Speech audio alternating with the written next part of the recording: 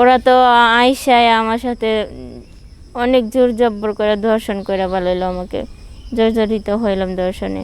আমার তো কোনো হুঁশই নাই। এইগুলো করতেছে আর টাকা নিচ্ছে বন্ধুদের কাছ থেকে।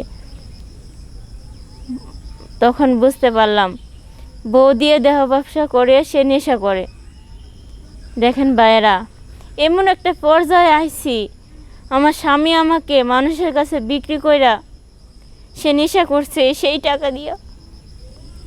আমার মতো দুঃখী, আমার মতো এই কষ্টের জীবন কয়জনের আছে? এই কষ্ট আর আমি সইতে পারি না। তো এই জীবন কাহিনীটা যে শুনবেন তার চোখের জলে বুক ভাসাইবেন। তো এই কষ্ট আর সইতে পারছি না। একদিন 2 দিন এরকম করতে করতে আমার স্বামী বেড়েই যাচ্ছে। যখন একদিন 10-12টা ছেলে আইনা আমার রুমে ঢুকিয়ে দিল, আমার সাথে যে দুর্ব্যবহারগুলো করলো, দর্শিত করলো, আমার কোনো হুঁশ জ্ঞান নাই। ওই সময় আমি বিছানার দিকে উঠতে পারি না। আমার বাচ্চারা তো বাসায় না, আমার বাচ্চারা স্কুলে গেছে। এখন না হলে 5-6 বছর হয়ে গেছে বাচ্চাদের।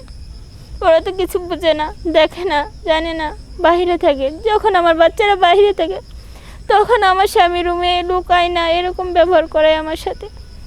আসসালামু আলাইকুম, আশা করি আপনারা সবাই ভালো আছেন। আজকে যে গল্পটা আপনাদের মাঝে তুলে ধরব, মানে বিয়ের পর একটা নারীর জীবনে কতগুলো দুর্ঘটনা ঘটে, ঠিক আছে, সে একটা বিষয় নিয়ে কথা বলবো।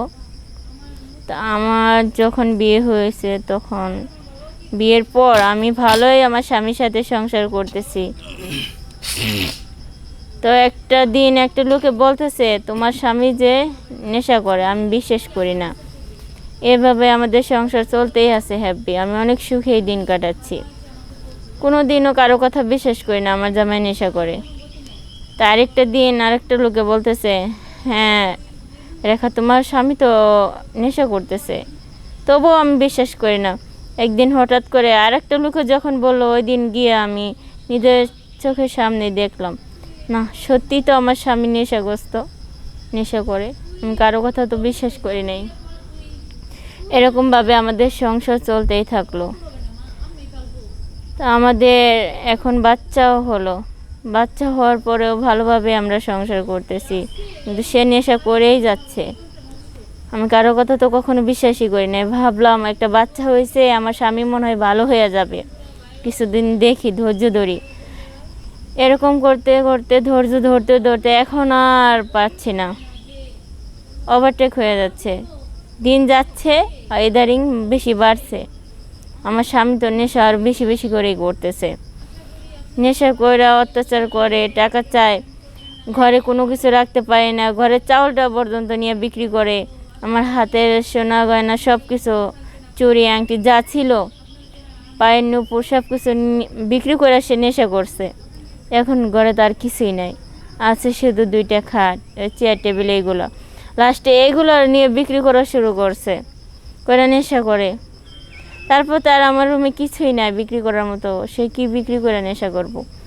লাস্টে তার বন্ধু বান্ধব পাশে 5টা-6টা করে বন্ধু আসে। ওই বন্ধুরা আসার পরে আমার রুমে নিয়ে আসে বন্ধুদেরকে। ওরা আনন্দ ভর্তি করে, হেঁচই করে, ডলাডলি সব কিছু করতেই থাকে। তারপর আমি কিছুই বললাম না। আমার স্বামীরও কিছু বললে স্বামী কিছু বলে না, স্বামী শুধু দেখে। লোকদের আমার রুমে ঢোকায় দিয়ে ও পাশের রুমে বসে থাকে। 1 দিন 2 দিন 3 দিন এরকম করতে করতে বাড়তেই থাকে।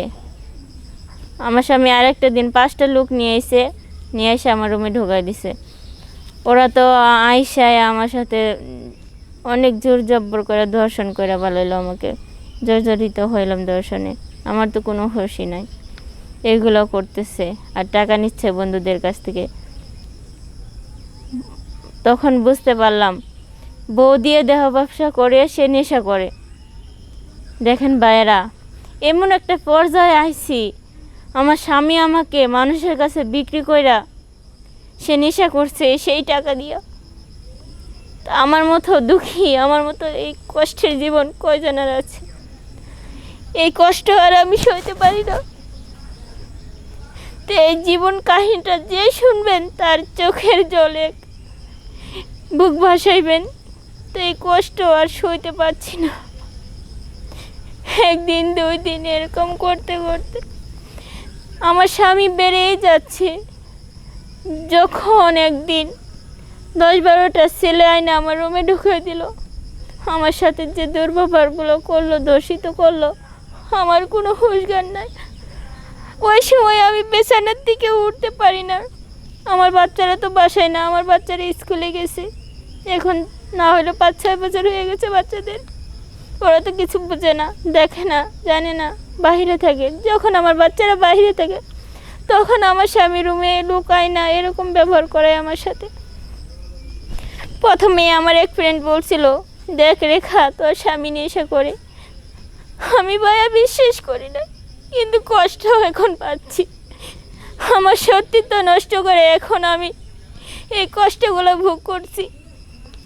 তা আমার মতো কোনো মেয়ের জীবনে যেন এরকম ঘটনা না ঘটে। ভাইয়েরা, আমার গল্পটা কাটবেন না, পুরো ভিডিওটা টাইনে দেখে যাবেন, ঠিক আছে ভাইয়েরা? আমি যে অবস্থায় আছি বর্তমান, আমার কষ্টের শেষ নাই। আমি এখন সব কিছু হারিয়ে নিঃস্ব হয়ে গেছি। আমি এখন কী করে বাঁচবো, কী করে সমাজে মুখ দেখাবো বলেন? আমার স্বামী সব কিছু আমার শেষ করে দিল। তো এরকম ভুলটা যেন কেউ না করেন ভাইয়েরা। আপনাদের অনেকটাই অনুরোধ, কোনো দিন নেশা কইরা বউ দিয়ে দেহ ব্যবসা করিয়া নেশা করবেন না। নেশার জগতেই আপনারা যায়েন না। নেশার জগতে গেলে ঘর সংসার সব কিছু নষ্ট হয়ে যায়। বউ নষ্ট করে ফেলান, সতীত্ব নষ্ট করে ফেলায় স্ত্রী। তা আজকে কেন ঘরের বউ খারাপ হলো? আজকে স্বামীর কারণে খারাপ রাস্তায় যাওয়া লাগলো। স্ত্রী কখনো ইচ্ছা করে এই লাইনে যায় না ভাইয়েরা, তা তো বুঝতে পারছেন। সবার মন তো আর একরকম হয় না, সব মেয়েও একরকম না, সব ছেলেও একরকম না। তা আশা করি দর্শক ভাইয়েরা, আমার মতো এই জর্জরিত জীবন যেন কারো না হয়, এরকম ঘটনা যেন কারোর সাথে না হয়। একটাই অনুরোধ, মেয়েদেরকে বিয়ে শাদি দিলে আন্টিরা দেখে শুনে বিয়ে দিন, আঙ্কেলরা দেখে শুনে বিয়ে দিবেন, ঠিক আছে? এই বলে আমি আমার জীবনের গল্প শেষ করলাম। যদি ভিডিওটা ভালো লাগে তাহলে এই চ্যানেলটা সাবস্ক্রাইব করবেন, লাইক কমেন্ট শেয়ার করবেন। আসসালামু আলাইকুম।